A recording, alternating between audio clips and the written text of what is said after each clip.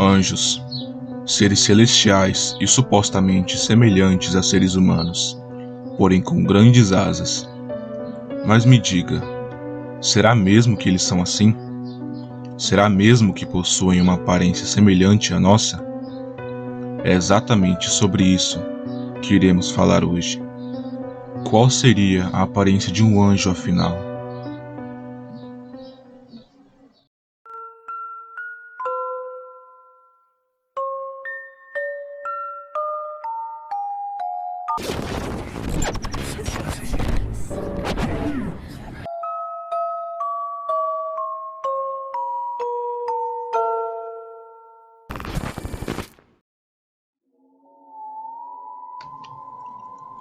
Primeiro, temos que ter em mente do que anjos são feitos: de uma grande energia sobrenatural.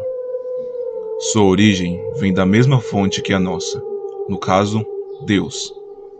Sendo assim, podemos também afirmar que anjos podem se materializar em literalmente infinitas formas, já que eles são feitos de energia pura.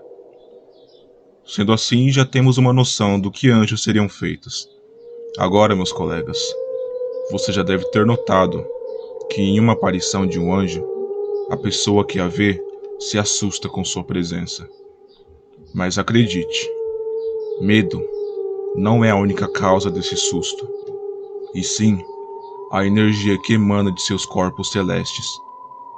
Por isso, os anjos controlam seu brilho e energia, porque se não controlassem, a pessoa que a viu morreria de medo e pavor, ou entraria em transe. Alguns até chegariam a ficar temporariamente cegos devido ao brilho emanado dos anjos. Alguns anjos podem se manifestar como um ser alado com várias asas e cabeças, como touros, águias, leões e homens, tendo em mente que cada cabeça simboliza alguma coisa. Já o aglomerado de asas significa o ranking que cada anjo ocupa, como os querubins, que possuem 4 asas, e os serafins, que possuem 6. Em várias aparições que estão escritas na Bíblia, os anjos falam para a pessoa que a viu para não ter medo. Tanto que essa frase foi dita cerca de 144 vezes na Bíblia. Então, você acha que isso é pura coincidência? Ou que os anjos realmente possuem uma aparência um tanto peculiar do que estamos acostumados a ver? Em algumas aparições, alguns anjos chegam a aparecer com algumas malformações devido aos olhos humanos que não são acostumados a presenciar um ser com tamanha energia sobrenatural, assim fazendo algumas pessoas enxergarem uma figura com vários olhos ou bocas. Irei dar um exemplo. Os guardas da tumba de Jesus, que quando presenciaram o anjo, entraram em choque e saíram correndo. Na Bíblia, temos várias descrições e reações das pessoas ao verem um anjo, como a de Daniel, que dizia: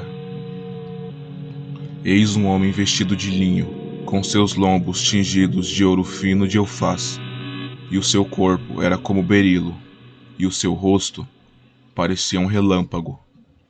Seus olhos eram como tochas de fogo, os seus braços e pés brilhavam como bronze polido, e a sua voz era como a voz de uma multidão." Temos também a descrição de Ezequiel sobre um querubim. Ele dizia que sua pele possuía uma aparência de cobre metalizado. Tinha 4 cabeças, 4 asas e pés de fauno. Dentre as cabeças, possuíam a de uma águia, um touro, um leão e um homem. Esqueça completamente as artes religiosas do século VI, pois a maior parte delas eram pinturas interpretativas.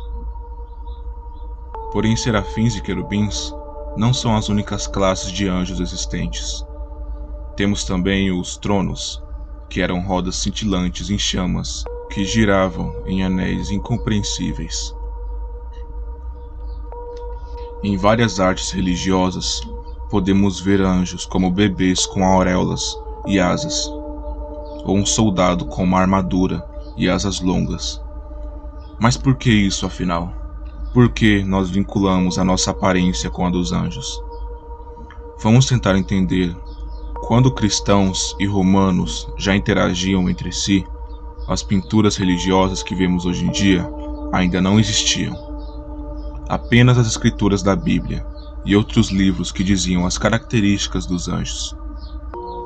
Porém, tendo em mente que mais de 94% da população da época não tinha acesso à leitura, apresentar tais seres a eles como algo amigável era difícil devido à sua aparência.